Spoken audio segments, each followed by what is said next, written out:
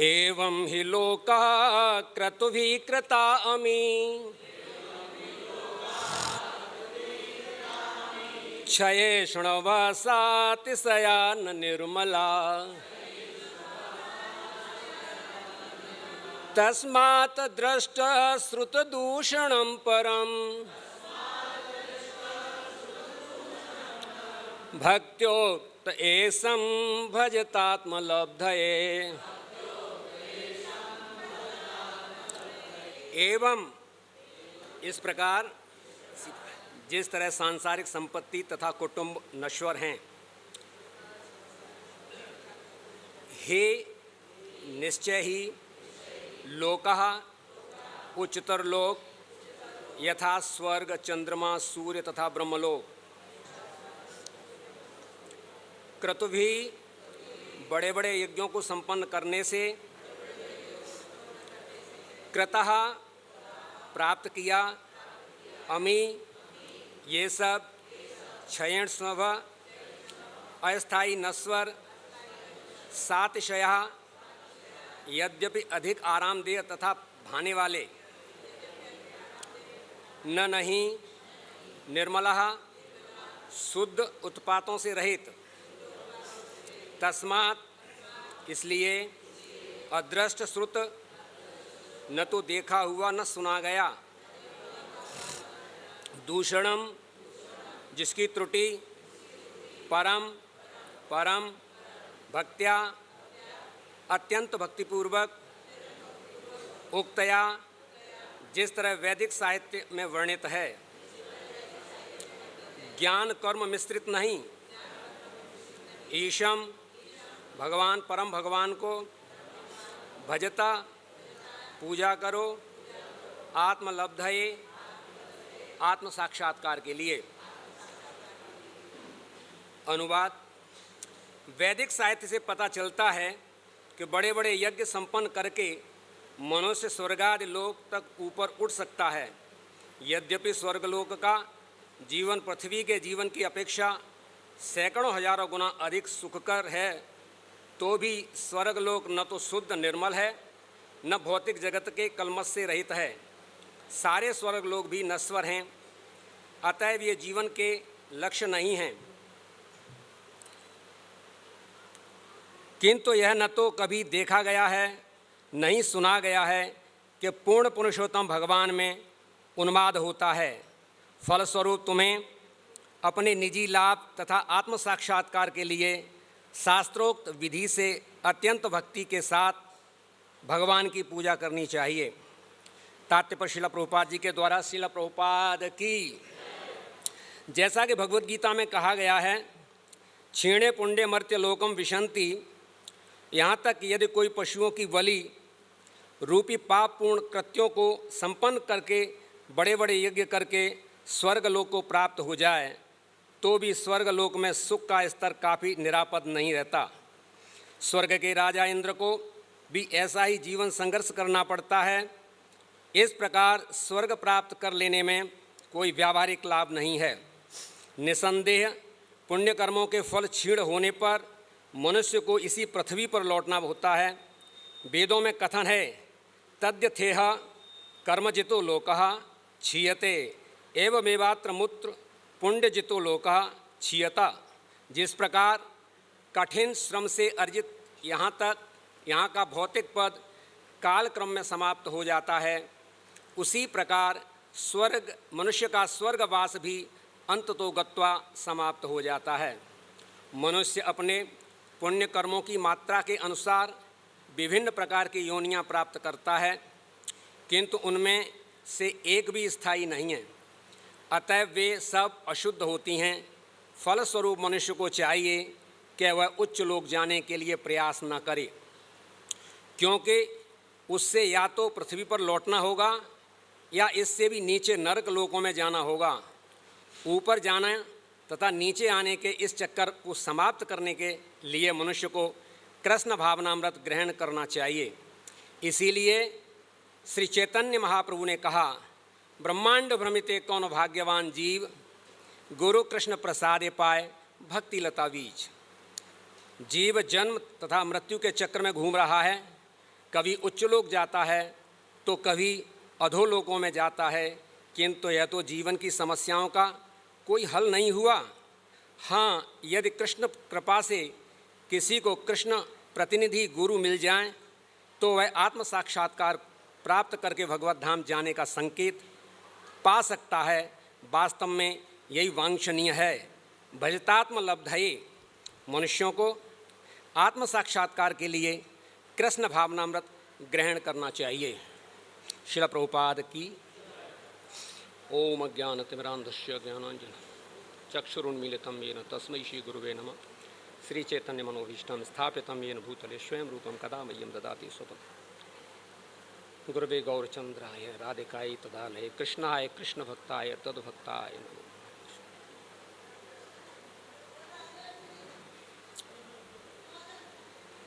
हरे कृष्णा। तो आइए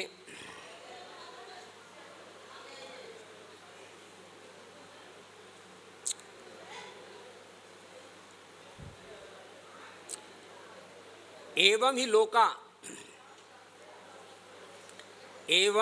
ही लोका कृतवी कृता अमी क्षय सुणव सात सयान निर्मला। एवं ही, इसी प्रकार, इस श्लोक में जो वार्ता चालू होगी उससे पहले एवं ही लग गया। इसी प्रकार किस प्रकार? इसी प्रकार। कौन सा प्रकार? जो पूर्व में बोला गया है, जो पूर्ववर्ती श्लोक में बोला गया है। पूर्ववर्ती श्लोक में क्या बोला गया? रायः कलत्र पशवा सुतादयो ग्रहा मही कुंजर कोशभूतया सर्वेर्थ काम क्षणभंगुरायुषा कुर्वन्ति मर्तस्य कियता पियम चला। संसार की सारी संपत्ति मरने वाले व्यक्ति का क्या कल्याण कर सकती है? संसार की सारी संपत्ति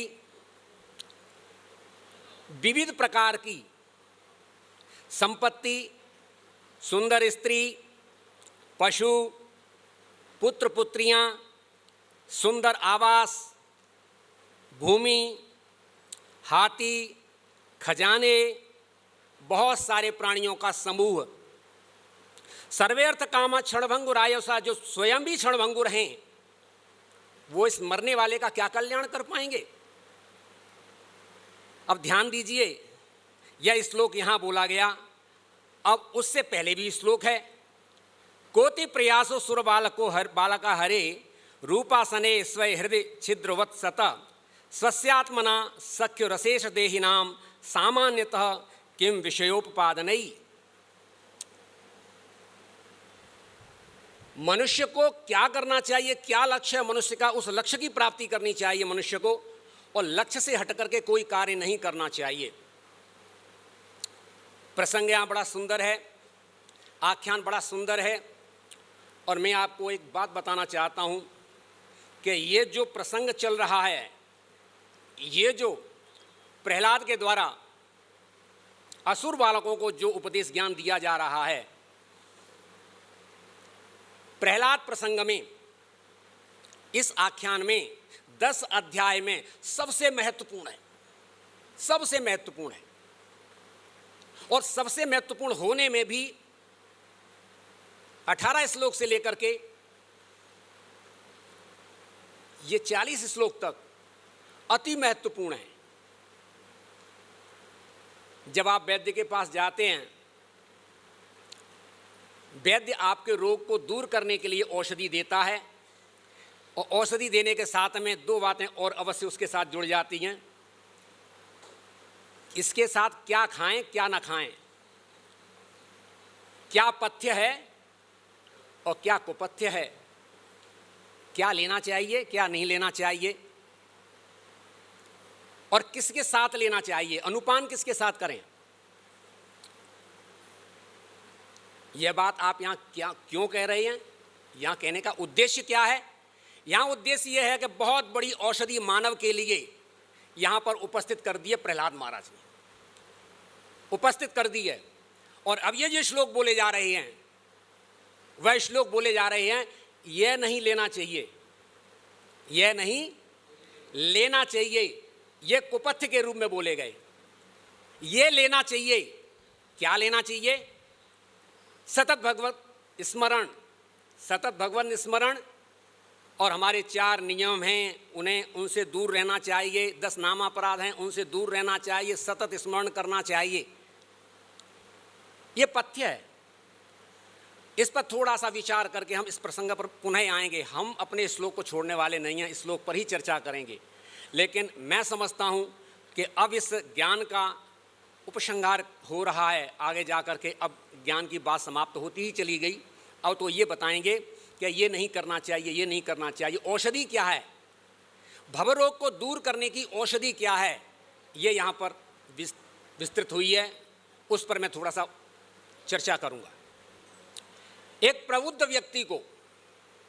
व्यक्ति को सोचना चाहिए कि मुझे क्या करना चाहिए, क्या नहीं करना चाहिए। निश्चय बात ये होती है कि संसार में प्रबुद्धता की बहुत बड़ी कमी है। संसार में प्रबुद्धता की बहुत बड़ी कमी है। आप ये कहेंगे कैसे प्रबुद्धता की कमी है, आप इस बात को कैसे कह सकते हैं? नहीं, मैं नहीं कह सकता, मेरी कोई सामर्थ्य नहीं है कहने के लिए। यह शास्त्र निश्चित रूप से बता रहा है कि प्रबुद्धता बहुत कम है। गुरु भी बता रहे हैं, साधु भी बता रहे हैं प्रबुद्धता बहुत कम है। कैसे? ऐसे प्रबुद्धता कम है कि मानव जो है, इसकी जो वृत्तियां होती हैं, इसका जो मस्तिष्क होता है, इसकी जो चेतना होती है, इसके चित्त की जो भूमियां होती हैं, चर्चा बहुत लंबी है, नहीं की जा सकती। मैं थोड़ा सा एक लाइन खींच रहा हूं वहां से। ये चित्त की भूमियां जो हैं, मूढ़, क्षिप्त, विक्षिप्त, एकाग्र, निरुद्ध, ये इसकी भूमियां हैं। अब मूढ़ व्यक्ति कौन है? मूढ़ व्यक्ति वह है जो बढ़िया तरीके से जानता है कि आहार किस प्रकार प्राप्त होगा, निद्रा कहाँ अच्छी मिलेगी। आहार निद्रा आगे क्या क्या लगता है वो आप जानते हो। आहार निद्रा भय मैथुनम च समानमेतत् पशुवी नराणाम धर्मस्य एको अधिको विशेषो धर्मेण हीना पशुभी समाना। तो इस कैटेगरी में जो व्यक्ति हैं, जिन्हें बढ़िया तरीके से पता है कि मेरा आवास कितना बढ़िया है, मेरी कमाई कितनी बढ़िया है, और भोग विलास के साधन कितने बढ़िया हैं, और निरंतर बताते रहते हैं कि मैंने 60,000 का बेड हटा करके अब 1 लाख का बेड लाया हूँ, मैंने ये चीज़ हटा करके ये लाया हूँ, ये लाया हूँ। आप कितने भी बड़े प्रबुद्ध बनने का दावा करो, लेकिन सच्चाई बात यह है कि आहार निद्रा भय मैथुनम में ही आप लगे हुए हैं।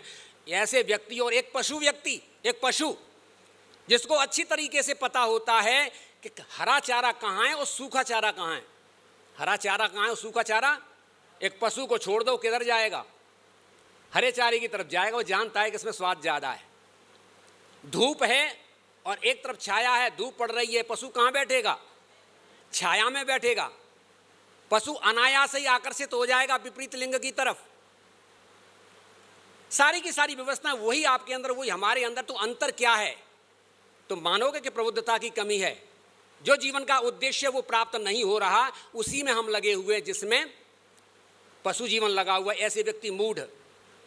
दूसरा नंबर आता है क्षिप्त व्यक्ति का। वह व्यक्ति, क्षिप्त व्यक्ति के लिए सबसे बढ़िया उदाहरण तो पागल खाने हैं।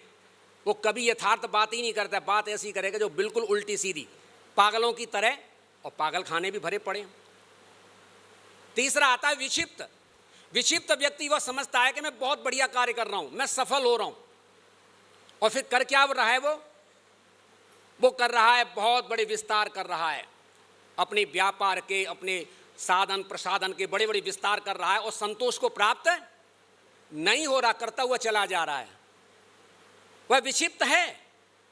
उसकी इच्छाएं, उसकी आशाएं कभी पूरी नहीं होंगी। अंत तो गत्वा पराजय, पवर्ग, अपवर्ग, प फ ब भ म, मृत्यु में जाएगा। उनमें से श्रेष्ठ व्यक्ति वो हैं जो विचार करते हैं कि जीवन का उद्देश्य क्या है, हम किस लिए आए थे, हम क्या कर रहे हैं, हम किस लिए आए थे और हम कर क्या रहे हैं, हमें वह करना चाहिए जिसके लिए थे हम आए थे। आए थे हरि भजन को, आए थे हरि मीठे लागे दाम, ममता में दोनों गई माया मिली ना राम, उलझ गए। तो ऐसे व्यक्तियों के लिए यहां पर प्रबुद्धता दिखाई महाभागवत प्रहलाद महाराज ने। प्रहलाद महाराज का आख्यान पहले वाले अध्याय में भगवान की महत्ता का प्रदर्शन किया। मानव जीवन का एक लक्ष्य भगवान को प्रसन्न करना, और ये बताने की कोशिश की कि सांसारिक जितने भी सुख हैं वह अंततोगत्वा तुम्हें छलेंगे, वो तुमको भोग जाएंगे। तुम सोचोगे मैं उनको भोग रहा हूँ, वो तुम उनको नहीं भोगोगे, वो तुमको भोग जाएंगे। समय चला जाएगा। माया का अर्थ है माँ नहीं या जो नहीं है और जो दिखा दे, सत्य बन करके जो दिखा दे वस्तुतः है ही नहीं, माया है, माया का छल है। और माया के अंतर्गत थोड़ा सा और विचार आके लेके जाएं तो माया है क्या वस्तु? माया वस्तु क्या है? अरे आप तो प्रबुद्ध हैं, भगवत गीता स्वयं आपको बताती है दैवी ही है शाम गुणमयी मम माया, दैवी है शाम। कैसी है? दैवी है शाम गुणमयी मम माया। माया किसी दूसरे की नहीं है, भगवान की है। लेकिन तुम्हें जरूरत माया की थी इसलिए तुम्हें माया दे दी गई है, अन्यथा माया तुम्हें देते नहीं, भगवान तुमको माया दे के खुश नहीं थे। तो उनमें से प्रबुद्ध व्यक्ति जो है ना वो हैं एकाग्र व्यक्ति। यहां पर जो बात कही जा रही है एकाग्रता की बात कही जा रही है। क्या बात कही जा रही है? एकाग्रता से लेकर के निरुद्ध तक की बात यहां पर बताई। एक मानव को क्या करना चाहिए? सबसे पहले विचार करना चाहिए कि हमें सुख किससे मिल रहा है और कितना मिल रहा है। क्या अनंत सुख मिल रहा है? क्षणभंगुर सुख मिल रहा है? सुख की आशा में हमने बहुत कुछ आगे बढ़े, हमें कुछ मिला नहीं। बता रे मन पागल तू काहे पे हुआ? सेमर का फूल देखा और देख करके क्या विचार किया? कितना सुंदर है, कितना सुंदर है, इसके अंदर बहुत खाने का माल मिलेगा। और तोते ने क्या मार दी? चोंच मार दी, वहां पर रुई निकल आई और रुई उड़ गई, हाथ मलता रह गया, इसमें तो कुछ भी निकल के नहीं आया। तो ऐसा ही ये सुख है। प्रबुद्ध व्यक्ति को चाहिए यानी जो प्रहलाद महाराज बता रहे हैं उसी सिस्टम में हम आपको बता रहे हैं कि विचार करना चाहिए कि जड़ता क्या वस्तु है, चैतन्यता क्या वस्तु है और जड़ और चैतन्य का संयोग क्या वस्तु है। क्या विचार करना चाहिए? जड़ क्या वस्तु है, चैतन्य क्या वस्तु है, जड़ चैतन्य का संयोग क्या है। पंच महाभूत जड़ हैं, अष्टधा प्रकृति जड़ है, भूमिरापो नलो वायु खम मनो बुद्धिरेवच अहंकारम यतीयम में भिन्ना प्रकृति। अष्टधा जड़ है, आत्मा चैतन्य है। आत्मा क्या है? आत्मा चैतन्य वस्तु है और दोनों का संयोग, जड़ चेतन का संयोग जीव है। जड़ और चेतन का संयोग जीव है और जीव जड़ चेतन के संयोग में आकर के 84 लाख योनियां हैं। कितने मनुष्य हैं उसमें? मनुष्य बहुत सीमित मात्रा। और उन मनुष्यों के बीच में भी विचार करो, शास्त्र आपको बताता है, शास्त्र की दृष्टि से देखो, सब मलेच्छ हैं, अंत्यज्ञ हैं। उनमें से सौभाग्यशाली हैं जो शूद्र हैं, उनमें से सौभाग्यशाली हैं जो वैश्य हैं, उनमें से सौभाग्यशाली हैं जो क्षत्रिय हैं, उनमें से सौभाग्यशाली हैं जो ब्राह्मण हैं, उनमें से सौभाग्यशाली हैं जो ब्रह्म का उपासक है, जो वेदों को मानने वाले हैं। उनमें से श्रेष्ठ हैं जो वेदों के प्रयोजन को जानते हैं। उनमें से श्रेष्ठ जो हैं वो ब्रह्म को समझते हैं, ब्रह्म को जानते हैं। उनमें से श्रेष्ठ हैं वो परमात्मा को जानते हैं। उनमें से श्रेष्ठ हैं जो भगवान की आराधना करते हैं, वो भगवान की आराधना करते हैं। अब इस क्रम में आप जाइए तो विचार करेंगे कितनी संख्या रह जाएगी इस पृथ्वी के ऊपर। पृथ्वी एक ऐसा स्थान है, पृथ्वी एक ऐसा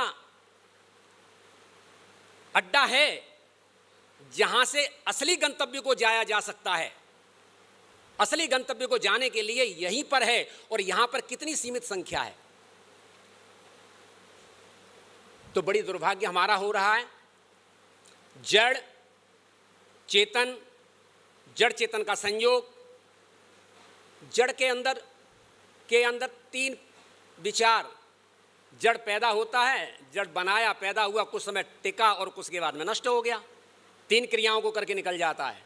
जड़ चेतन का जो संयोग होता है तब 6 क्रियाएं होती हैं। जीव है, पैदा होता है, बढ़ता है, कुछ समय टिकता है, प्रजनन करता है, क्षय को प्राप्त होता है, मृत्यु को प्राप्त होता है। लेकिन चेतन में यह विकार नहीं है, चेतन में यह विकार नहीं है। अब हमें करना क्या चाहिए कि हम समझ गए इस बात को, शास्त्र बता रहा है कि हम जड़ चेतन का संयोग हैं, हम जीव हैं, और जीव हैं, हम बंधन में फंस गए, हम मायाग्रसित हो गए, हम प्रकृति के 3 गुणों के बंधन में आ गए। अब हम करें क्या? हम ये करें कि हम अपना उद्धार करें, हम अपना उद्धार करें। उद्धार कैसे करें? उद्धार करने के लिए संसार में नाना प्रकार के जो भी कुछ चल रहा चलता है, सीधे सीधे हमें लाइन पर चलना है। उद्धार करने के लिए विचार बहुत जरूरी है, और अगर विचार करने की भी सामर्थ्य नहीं है, विचार करने की भी सामर्थ्य नहीं है, मेरे पास विचार करने की भी सामर्थ्य नहीं है, तो अपार श्रद्धा चाहिए, तो अपार श्रद्धा चाहिए। और अपार श्रद्धा की प्राप्ति होने पर भी महान भगवान का भक्त का सानिध्य चाहिए, यह सौभाग्य चाहिए। अपार श्रद्धा, भगवान के भक्त का सानिध्य, आप सीधे निकल जाओगे। नहीं तो फिर विचार करो। और यहां पर बढ़िया तरीके से बताया गया, सिस्टमैटिक तरीके से बताया गया कि विचार करो, जड़ और चेतन के बीच में बद्ध हम हो गए, हम कैसे निकलें। और ऐसे निकलने के लिए आपको विचार करना चाहिए कि जड़ वस्तु को हटाते जाइए, जड़ वस्तु को हटाते जाइए और चेतन वस्तु की तरफ जाइए। चेतन वस्तु की तरफ जाएंगे आप ये विचार करेंगे कि हम किस प्रकार इसको प्राप्त करें, और प्राप्त करने के बीच में आपको नाना प्रकार की बाधाओं का सामना करना पड़ेगा। और सबसे पहली बाधा आपके सामने उपस्थित मन ही कर देगा। मन, पंच पदार्थ तो अपना कार्य कर रहे हैं, 3 सूक्ष्म, 5 स्थूल, मन, बुद्धि, अहंकार। सबसे विचित्र वस्तु जो है ना, वह क्या है? सबसे विचित्र वस्तु जीव के जीवन में सबसे विचित्र वस्तु है, उस वस्तु का नाम है चित्त। उसका क्या नाम है? चित्त। चित्त की ऊर्जा से, चित्त शक्ति से, चैतन्य शक्ति से सच्चिदानंद भगवान है, उनका अंश होने के कारण जीवात्मा भी सच्चिदानंद है। भगवान अपनी चित्त शक्ति से लीलाएं करते हैं, विस्तार करते हैं, और वही चित्त शक्ति जब जाकर के, जीव की चित्त शक्ति जब पदार्थ में जाती है और पदार्थ में जाकर के पदार्थ को प्रकाशित कर देती है, मन का कोई अस्तित्व नहीं है, बुद्धि कुछ कार्य करने वाली नहीं है, अहंकार कुछ करने वाला नहीं है, जब तक उसमें चित्त का प्रकाश ना जाए। चित्त का प्रकाश जाने के बाद में मन क्या करने लग गया? संकल्प विकल्प, बुद्धि निश्चय करने लग गई, अस्तित्व का बोध और अहंकार धारण कर लिया अहम ने, और यह मानने लग गया कि मैं ये हूं, मैं यही हूं जो मैं हूं, मैं रमेश हूं, मैं सुरेश हूं, मैं ज्ञानी हूं, मैं मूर्ख हूं, मैं मोटा हूं, मैं पतला हूं, मैं व्यापारी हूं, मैं नेता हूं, मैं ये हूं। ऐसे अपनी पहचान बना ली, और पहचान बनाने के बाद में उसमें सत्यता का निवेश कर दिया कि सत्य ही वस्तु है, कि मैं डॉक्टर हूं। सारे जीवन इसी प्रकार फूलता रहा। इसको बोलते हैं देहात्म बुद्धि। यह क्या बुद्धि है? देहात्म बुद्धि को धारण करके वो जीवन जीता रहा, और जीवन जीने के कारण उसने जीवन जिया, देहात्म बुद्धि धारण की, प्रकृति के 3 गुणों के द्वारा उसने किए कर्म, कर्म के द्वारा प्रारब्ध बना, प्रारब्ध से शरीर बना, शरीर से कर्म बना, कर्म से प्रारब्ध बना, प्रारब्ध से शरीर बना, और गाड़ी चलती रही, कोई रुकने वाला नहीं। अब ऐसा भी है कि यह गाड़ी एक ही ट्रैक पे चलती रहती है। अगर मानव जीवन में चलती रहती तो भी थोड़ी बहुत तसल्ली थी। जब ये लुढ़क करके चली गई पशुओं में, अन्य योनियों में, जब वृक्ष आदि में चली गई, अब कोई संभावना नहीं है, कोई संभावना नहीं है। अब तो कबहू का करे करुणा नर देई, देश ईस बिन हेत सनेई। वह कृपा करेंगे तो फिर वो ऊपर लाएंगे, अन्यथा अब आपका प्रयास खत्म हो गया। मानव का प्रयास मानव शरीर में है। मानव शरीर साधन का धाम है, मोक्ष का द्वार है। और यही बात यहां पर बड़े सुंदर तरीके से कहा गया, एतद् द्वारो ही कर्म बंध निबंधनम। एतद् द्वारो, यही द्वार है, यही द्वार है, यही गेट है। कौन सा गेट है? इससे निकलने का गेट है। और बड़ी सूक्ष्मता यहां पर आई है, समझ सको तो समझ जाएं आप। सूक्ष्मता बहुत है इस बात में, जब आप गहराई के साथ आप बढ़ते हुए समझ, सूक्ष्मता बहुत है। कि मैं कैसे जान पाऊं कि मेरा अस्तित्व चैतन्य है और मैं जड़ के साथ मेरा संबंध हो गया है, मैं कैसे पहचान पाऊं? मूढ़ व्यक्ति नहीं पहचान पाएगा, क्षिप्त व्यक्ति नहीं पहचान पाएगा, विक्षिप्त व्यक्ति भी पहचान नहीं पाए। एकाग्र व्यक्ति पहचानने की दिशा में जा रहा है। कैसे पहचान पाओगे? सुंदर उदाहरण यहीं पर दिया है। क्या उदाहरण दिया गया है कि यहाँ पर आप बैठे हुए हैं और इसके अंदर सुगंध आई या दुर्गंध आई, गंध आई। क्या आई? गंध आई। और गंध आकर के तुरंत आपने उस पर प्रतिक्रिया कर दी, गंध आई। सुगंध है, दुर्गंध है, गंध आई। और गंध आने के बाद में गंध आई, इतना तो आपने मान लिया कि भाई गंध आ गई है, सुगंध आ रही है, सुगंध आ रही है। लेकिन इतना विचार करो कि जहाँ पर ये सुगंध आई है वहाँ पर वायु बह करके आई है, वहाँ पर वायु बह करके आई है। गंध को पहचानना तो बहुत सरल हो सकता है, यह विचार आपने विचार नहीं किया है कि वायु चल करके यहाँ आई है। और जिस प्रकार वायु का दर्शन जिस वस्तु से हुआ है, जितनी सूक्ष्मता के साथ में जिसका दर्शन हुआ है, वह अस्तित्व आपका है। मानव जीवन 3 अवस्थाओं में रहता है, जीव जगत, स्थावर, जंगम। और मानव जीवन 3 अवस्थाओं में, सारे जीव 3 अवस्थाओं में रहते हैं। 24 घंटे में या तो वो सो रहे होंगे, या वो जग रहे होंगे, या पड़े पड़े स्वप्नों और ऊँघ रहे होंगे। 3 अवस्थाएं तो होंगी। और तीनों अवस्थाओं में रहते हुए मुझे सुंदर नींद आई, बढ़िया नींद आई, बढ़िया नींद आई। भैया तुम्हें बढ़िया नींद कब आ गई, कैसे आ गई, तुम्हें कैसे पता? तुम तो सो रहे थे। बढ़िया नींद को देखने वाला वो दृष्टा कौन था? वह दृष्टा जो था वो कह रहा है बढ़िया नींद आई, फीलिंग बढ़िया आई। वही आपका अस्तित्व है और वही आप नहीं खोज पा रहे हो। ये सारे के सारे जगत के कार्य जो है ना, सर्वथा मिथ्या। अब यहां पर आने के बाद में क्या विचार किया गया कि इनको प्राप्त करने के लिए आप उद्यम करो। कैसे उद्यम करोगे? जिस प्रकार एक स्वर्णकार है, खानों में सोने की जो खाने होती है वो सोना नहीं होता, वहां पर पत्थरों के साथ में वो धातु मिली जुली होती है।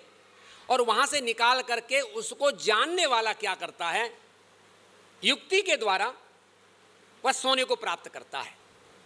साथ ही उदाहरण दे दिया, आत्मविद व्यक्ति भी उसी प्रकार इन 24 तत्वों से बने हुए शरीर के अंतर चैतन्य तत्व अपने स्वरूप को खोज लेता है।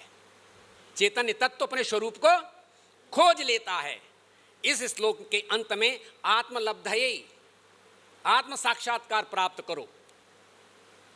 विषय समेट नहीं पाऊंगा, आत्म साक्षात्कार के ऊपर बात करने में बहुत बढ़िया बात है, होना चाहिए। इसके लिए अलग से वार्तालाप हो तो ज़्यादा बढ़िया है। ध्यान दीजिए, आगे बढ़ता हूँ। जब ये खोज में आगे बढ़ता है और आगे बढ़ने के बाद में सबसे बड़ी बात ये होती है कि जड़ और चेतन के बीच में, जड़ और चेतन जब मिलते हैं, जीव जब मिलता है तो उसमें एक बात अवश्य माया प्रवेश कर जाती है, अहम, मैं हूँ, ममेति मेरा है। अहम अस्तित्व जब पुष्ट होता है तो मेरा, मैं, मेरा और मैं मेरा ही तुरंत निर्माण कर देता, तू और तेरा। अविद्या की 5 वृत्तियों में अविद्या, अस्मिता, राग, द्वेष, अभिनिवेश, निश्चित रूप से संसार में राग और द्वेष रहेगा। इंद्रियों के साथ पदार्थ का संपर्क होने के बाद में फीलिंग तुरंत आ जाएगी कि बढ़िया है या बढ़िया नहीं है, शब्द बढ़िया है या शब्द बढ़िया नहीं है, स्वाद बढ़िया है या स्वाद बढ़िया, दोनों के बीच में झूल गए। इसको बोलते हैं विषमता। ये क्या है? विषमता। और अगर जिसको निकलना है संसार से तो न बढ़िया है बढ़िया नहीं, बीच के झमेले में नहीं पड़ना है, हमें आगे बढ़ना है, समता को प्राप्त करता है। और समता को प्राप्त करने के लिए जैसे ही वो आगे बढ़ता है तब प्रहलाद महाराज बोलते हैं वह आत्मकल्याण को प्राप्त करने के लिए हजारों मार्ग हैं, हजारों मार्ग हैं, हजारों मार्ग हैं। हजारों मार्ग आत्मकल्याण करने के लिए हैं। इतना कल्याण करने के लिए हैं कि आप आत्मा को, अपने स्वरूप को, अपने चैतन्य को जड़ता से निकाल लेंगे। इसके लिए हजारों साधन हैं। लेकिन प्रहलाद महाराज बोलते हैं उन हजारों साधनों में सबसे बढ़िया साधन वह है कि जिसमें आत्मकल्याण भी हो और प्रभु से प्रेम भी हो, प्रभु की भक्ति भी हो। यही एक उपाय बढ़िया है, अन्यथा और उपाय बढ़िया नहीं है। आत्मकल्याण तो हो गया आपका, आपने जड़ता से अपने आप को निकाल लिया, आत्मा को निकाला, जड़ता से समझ गए ज्ञान के द्वारा और कहाँ चले गए? ब्रह्म ज्योति में। सायुज्य, ब्रह्म ज्योति, ब्रह्मलीन अस्तित्व जो था हमारा, अभी बुरा अस्तित्व था, हो सकता था कल अच्छा अस्तित्व बन जाता, अब तो अस्तित्व के लायक ही नहीं रहे। आत्महत्या हो गई। आत्म कल्याण करने में तो खुश है, वो ब्रह्मलीन हो गया, लेकिन संतों से बोलिए, भक्तों से बोलिए, भगवान के प्यारों से बोलिए कि ब्रह्मलीन, ओ भैया मुझे मत सुनाओ, ये भयानक वस्तु मुझे मत सुनाओ। और ज्ञानी को बोल दो, अरे यही तो सुनाओ। तो अपनी अपनी अवस्था होती है। वही मार्ग सबसे बढ़िया मार्ग है, जिस मार्ग में आत्मा का बंधन छूटे और प्रभु से प्रेम हो जाए। आत्मा का बंधन छूटे, प्रभु से प्रेम हो जाए। और प्रभु से प्रेम होने के लिए क्या सुंदर बढ़िया बात बताई है यहाँ पर। हमारे पूर्ववर्ती वक्ताओं ने बड़ा सुंदर भाव दिए हैं कि भगवान को प्राप्त करने के लिए कैसे करें। यह श्लोक भी हमें ही मिला था सेवा करने के लिए। गुरु शुश्रूषया भक्त्या सर्वलब्धार्पणेन च संगेन साधु भक्ताना मीश्वरस्य आराधनेन च श्रद्धया तत्कथायां च कीर्तनै गुणकर्मणां तत्पादाम्बुरुध्यानं तल्लिंगेक्षा अर्हणम्। सबसे पहले इस मार्ग में जो आत्मकल्याण का मार्ग है, जो भक्ति का मार्ग है, भगवान की प्रसन्नता का मार्ग है, वह मार्ग अब यहाँ से चालू होता है कि अपने बुद्धि को मत लगाओ। भगवान के भक्त, कृष्ण भावना भावित भक्त के सामने अपने आप को समर्पित करो और पूर्ण समर्पित करो। ध्यान दीजिए, कल्याण में सबसे बड़ी बाधा इस बात की रहती है कि हम ज्ञान भी चाहते हैं, संसार भी चाहते हैं, मेरा भी तो कुछ होना चाहिए, मेरा भी तो कुछ होना चाहिए, और ज्ञान भी होना चाहिए, कल्याण भी होना चाहिए, मुक्ति भी होना चाहिए, वैकुंठ भी मिल जाए और मेरा भी संसार में होना चाहिए। ये बात चलने वाली नहीं है। आप दोनों हाथ उठा करके समर्पण करना होगा, दोनों हाथ उठा करके समर्पण करिए। श्याम सुंदर, हे गुरुदेव, मैं आपका हूं, अब मेरे पास कुछ नहीं है, मुझको जैसे मर्जी चाहो वैसे आप करो, आपका हूं। वहां से कल्याण चालू होता है। और कल्याण चालू होने के बाद में क्या होता है? संतों की संगति प्राप्त होती है। संतों की संगति से क्या प्राप्त हो? भजन क्रिया प्राप्त होती है। भजन क्रिया से क्या प्राप्त हो? भगवान की गुण लीला कथाओं का श्रवण मिलता है। श्रवण मिलता है तो गायन मिलता है, गायन मिलता है तो ध्यान मिलता है, ध्यान मिलता है तो पूजा करने का, अर्चना करने का मौका मिलता है, और मौका मिलता है तो रति मिलती है। क्या मिलता है?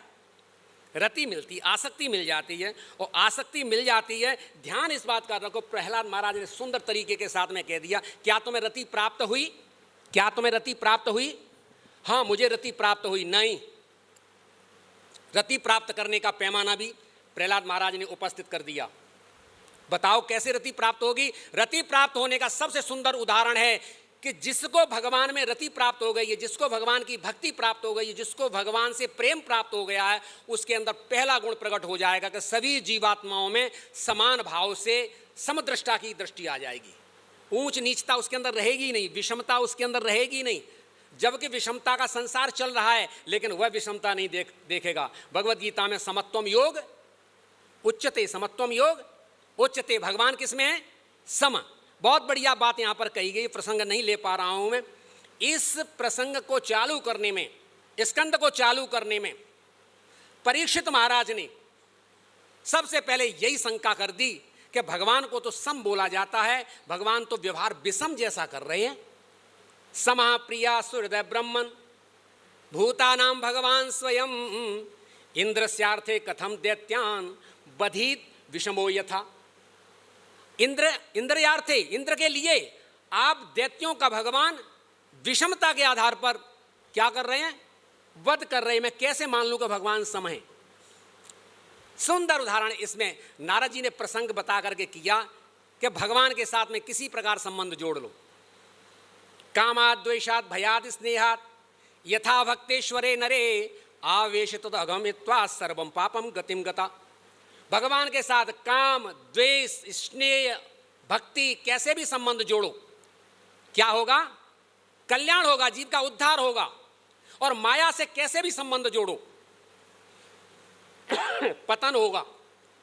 माया से कैसे भी संबंध जोड़ो, पतन होगा। उदाहरण देकर के बताओ, भगवद गीता कह रही है, ध्यायतो विषयान पुंस संगस्ते सुपजायते संगा संजायते कामा कामा गिरोतो विजायते क्रोधादि भवत सम्मोह सम्मोहात स्मृति विभ्रम स्मृति भ्रंशात बुद्धिनाशात बुद्धिनाशात, भूल गया, बोलो, प्रणश्यति ध्यान तो ध्यान से प्रणश्यति तक पहुंचा दिया इस माया ने, ध्यान से प्रणश्यति तक पहुंचा दिया। और इधर ध्यान से ध्यान लगा हुआ है कि कृष्ण को मारूंगा, ध्यान लगा है कृष्ण को मारूंगा। कृष्ण को मारा या न मारा वो बात अलग है, लेकिन कल्याण अवश्य हो गया, कल्याण अवश्य हो गया। अग्नि को बालक छुए चाहे कोई भी छुए, कल्याण होगा। तो भगवान को तो जैसे मर्जी छुओ, भगवान के साथ कल्याण होता है। भगवान निरपेक्ष हैं, इनकी निरपेक्षता की बातें कहने का मौका नहीं मिल पा रहा है कि मैं निरपेक्षता बताऊं। ऐसे निरपेक्ष है, ये यथा माम प्रपद्यन्ते ताम तस्मै भजाम्य, मैं कुछ नहीं कर रहा हूं, तुम मेरी जैसी शरण लेते हो वैसे मैं तुम्हारा साथ देता हूं। गोपिकाएं कह रही कहाँ चले गए, कहाँ चले गए, मैं कहीं नहीं गया था, तुम मेरे पीछे आ रही थी, मैं तो तुम्हारे पीछे चल रहा था, तुम्हारी उत्सुकता बढ़ाने के लिए तो मैं गुप्त हो गया था। भगवान अर्जुन से कह देते हैं यथेसी तथा कुरु, मैंने ये आपको ज्ञान दिया है और ज्ञान देने के बाद में यथेसी तथा कुरु, जैसा चाहो वैसा करो। ये मेरे प्यारे प्रभु ये क्या कह रहे हैं, आप बोल रहे हैं जैसा चाहो वैसा करो, तो फिर मेरे तुम आप क्या कैसे रह गए, हमारे कैसे प्रेमी हो गए, हमारे बंधु कैसे हो गए, हमारे सखा कैसे हो गए। सखा सखा से बोलता है ये काम कर। तब भगवान बोलते हैं सर्व गुह्यतमं भूय शृण्वे परमं वच इष्टोसी दृढ़मति ततो वक्ष्यामि हित मन मना भव मद भक्तो मध्याजी माम नमस्कुरु मामे वैसे सत्यम ते प्रतिजाने प्रतिजाने प्रियोसी में। तो भगवान तो निरपेक्ष हैं, और सच्ची वाली बात है भगवान तो निरपेक्ष हैं। ऐसे निरपेक्ष को सापेक्ष कर देना भक्तों का कार्य है। भगतन ने मोह को नाना भांति नचायो, नचा देते हैं और भगवान स्वयं स्वीकार करते हैं अहम भक्त पराधीनो यह स्वतंत्र द्विज इव, मैं तो भक्तों के पराधीन हूं। तो यहां पर जाकर के क्या दिया कि इस प्रकार जो भगवान से रति प्राप्त हुई, भगवान की लीला कथा गुणानुवाद सुने और सभी प्राणियों में एकत्व का भाव देखा। सभी में क्या देखा, अपने श्याम सुंदर को देखा, उन्हीं में सब है, उन्हीं में है, वही हैं और कोई दूसरा नहीं है। सामने कहेंगे आपको ये विषम व्यक्ति हमारे सामने दिखाई दे रहा है, आप इसको बोल रहे वही, अरे वो जो लीला कर रहा है वो तो गुण लीला कर रहे हैं, उसके अंतस्थ बैठा हुआ छुपा वही श्याम सुंदर बैठा हुआ है, वो तो लीला कर रहे हैं। यहाँ पर भी भक्तों के 3 गुणों का वर्णन किया गया है, सात्विक भक्त, राजसिक गुण, तामसिक भक्त, गुणातीत भक्त। तामसिक भक्त कैसा है, मंदिर में जाता है, दर्शन करता है श्री विग्रह का, बगल वाले को कौन ही मार देता है, हट पीछे। ये कैसा भक्त है, ये तामसिक है। और राजसिक भक्त कैसा है, श्री विग्रह का दर्शन करता है, भक्त अगर सामने आ गया और प्रभु जी हरे कृष्णा करके ना, और दूसरा कोई जनरल व्यक्ति है ना, सामाजिक व्यक्ति है, समाज का व्यक्ति है, और एक साइड को हट हट हट, ये राजसिक व्यक्ति है। सात्विक व्यक्ति ऐसा है कि चुपचाप भगवान का दर्शन करता है, किसी को कुछ नहीं कहता, दर्शन करता है, किसी को कुछ नहीं कहता है, सात्विक। गुणातीत तो वह है कि हर किसी को देखता है, श्याम सुंदर को वहां देख रहा है, वही श्याम सुंदर इनको देख रहा है कि वह देखो निकुंजों में बैठे हुए, ये लीला विहारी यहाँ बैठे हैं, और एक निकुंज ये सजी हुई बैठी है, इस निकुंज में भी तो वही बैठे हैं, सभी उस निकुंज का दर्शन करते हैं। और ऐसा जब भाव आता है तब क्या करते हैं, हर किसी को देख करके जन्म वंदयति जन्म, जन्म का वंदन कर कैसे कर सकता है कि वो श्याम सुंदर जब खेलता हुआ नजर आता है तो खेलते हुए नजर के श्याम सुंदर आप ही हो, आप ही हो, श्याम सुंदर आप ही हो। और किलकारियां मारता है, हंसता है, गाता है, रोता है, रुदन करता है और ऐसी क्रियाएं करता है। संसार का व्यक्ति क्या कहता है, ये पागल है। क्या कहता है, ये पागल है। वास्तव में पागल है, उसने गल को पा लिया, तुम्हारे बस की नहीं है गल को पाना, उसने वस्तु को पा लिया है, वो पागल है। और उसी समय जब वो नाचता है, जब वो गाता है, जब वो रुदन करता है, जब उसके आंसू निकलते हैं, उसके एक रोम रोम के कोशिका से पाप अगर कहीं छुपा भी बैठा होगा वो नीचे गिर जाता है। और यही शरीर दिव्य होता है, भगवान का सत्यावेशा अवतार जैसा स्वरूप धारण करके ऐसे विलक्षण कार्यों को करता है जो भगवान अपने आप जो कराना चाहते वो करा लेते हैं उससे। आनंद के साथ जब नाचता है, जब गाता है, उस समय हे असुर बालकों, उन भगवान के अलावा और किसी की आराधना नहीं करनी चाहिए। और उन भगवान की आराधना करने के लिए बहुत सरल है, कुछ करना ही नहीं पड़ता। श्रील प्रभुपाद जी ने सुंदर भाव दिया अंदर कि नरक जाने के लिए बहुत कुछ करना पड़ेगा तब तुम नरक जाओगे, लेकिन वैकुंठ धाम जाने के लिए कुछ नहीं करना होगा। नरक जाने के लिए सामग्रियों को इकट्ठा करो, उनको भोगो, उनके साथ में भोग विलास करो, उनके कर्म बनेंगे, कर्म के बंधन बनेंगे, फिर नरक को जाओगे। और यहाँ भगवान से प्रेम, भगवान की भक्ति, भगवत धाम जाने के लिए बिल्कुल एक साथ बैठ करके हृदयस्थ बैठे हुए हैं, हृदयस्थ बैठे हुए हैं। और ये हृदयस्थ बैठे हुए यही ड्राइव कर रहे हैं, ये पेसमेकर का काम कर रहे हैं, यहाँ से यही चालू है, यही चला रहे हैं इसको। और चलाने के बाद क्या है, वही हृदयस्थ बैठ करके मेरे श्याम सुंदर जैसा चाहो अंतस्थ विचार करता है। और एक बात शास्त्र में कह दी गई है, सब कुछ विडंबनम, सब कुछ विडंबनम है। यह भगवान का जब अंतस्थ तुम ध्यान करते हो तो यही जब अंदर चमत्कार पैदा करते हैं तो सामने के हृदय में वही दिखाई देते हैं, वही सब दिखाई देते हैं। इस प्रकार दिखाई देने के बाद में, सुंदर तरीके के बाद में, ऐसे भगवान को प्राप्त करने के लिए कुछ करना नहीं पड़ता है। हाय हाय मानव जीवन प्राप्त कर लिया, बंधन में फंसे हो, निकलने का प्रयत्न नहीं कर रहे हो और सामग्रियों को इकट्ठा कर रहे हो। राय कलत्र पशवासुतादयो ग्रहा मही कुंजर कोश भूतया सर्वेर्थ कामा क्षणभंगुरायुषा कुर्वन्ति मर्तस्य कियता प्रियम चला। अरे तुम इन सामग्रियों को इकट्ठा कर रहे हो, ये घर, ये महल, ये प्रसाद, ये इतना इकट्ठा कर रहे हो। आयु कितनी हो गई, 60 बरस, कितने वर्ष और जियोगे पता नहीं, कितने वर्ष जीने की इच्छा रखते हो। जीना तो बहुत कुछ चाहते हैं, लेकिन एक हार्ट अटैक आ गया तो 10 मिनट में भी खेल खत्म। किसके लिए इकट्ठा किया और आए क्या करके गए, कर्म के बंधन में बंध गए। भगवान को प्राप्त करने के लिए इनका कोई प्रयोजन नहीं है और कोई बाधा नहीं है।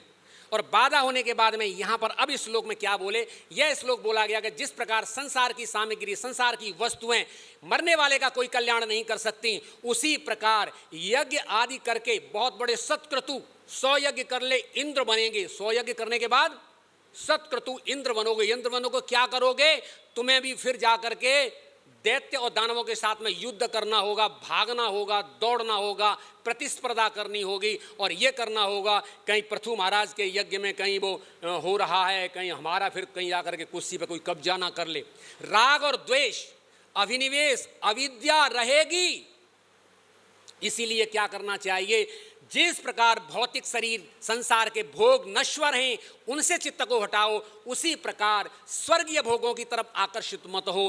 पृथ्वी पर तुम निवास कर रहे हो, तुम निवास कहाँ कर रहे हो, पृथ्वी पर निवास कर रहे हो। और निवास करते हुए भी तुम भौम वृंदावन में निवास कर रहे हो। तुम प्रभुपाद जी के बनाए हुए कुंज प्रिया प्रीतम जिसमें विराजमान है, उसमें विराजमान हो। कितने सौभाग्यशाली हो। और फिर भी तुम्हारी इच्छाएं बाहर की तरफ लगी हुई हैं। तुम्हें क्या करना चाहिए, इसी समय यहीं से पृथ्वी से बिल्कुल सीधा का सीधा रास्ता बनता है गोलोक वृंदावन का, गोलोक वृंदावन का। और यहां पर शिला प्रभुपाद जी ने कितना अमृत प्रदान कर दिया हमको। ब्रह्मांड भ्रमिते, ब्रह्मांड भ्रमिते कौन भाग्यवान जीव, गुरु कृष्ण प्रसादे पाए भक्ति लता बीज। कृष्ण से गुरु को मांगो, गुरु को, गुरु से कृष्ण को, गुरु कृष्ण प्रसादे पाए। भगवान से प्रार्थना करोगे तो गुरु मिल जाएंगे, भगवान से प्रार्थना करोगे तो गुरु मिल जाएंगे, गुरु से प्रार्थना करोगे तो भगवान मिल जाएंगे। कोई कोताही नहीं कर सकते, कोई शॉर्ट मार्ग नहीं है इसका, कोई अल्प मार्ग निकलने का रास्ता नहीं है। दिल खोल करके गुरु की सेवा करो, दिल खोल करके कहो कि हम 100% शिला प्रभुपाद जी आपके चरणों में समर्पित हैं, करते रहेंगे जीवन भर हम, तूने दिया जो काम। हे प्रभु पाद गुरुदेव तुम्हारे चरणों में प्रणाम। इन्हीं शब्दों के साथ मैं अपनी वाणी को विश्राम देता हूँ। हरे कृष्ण।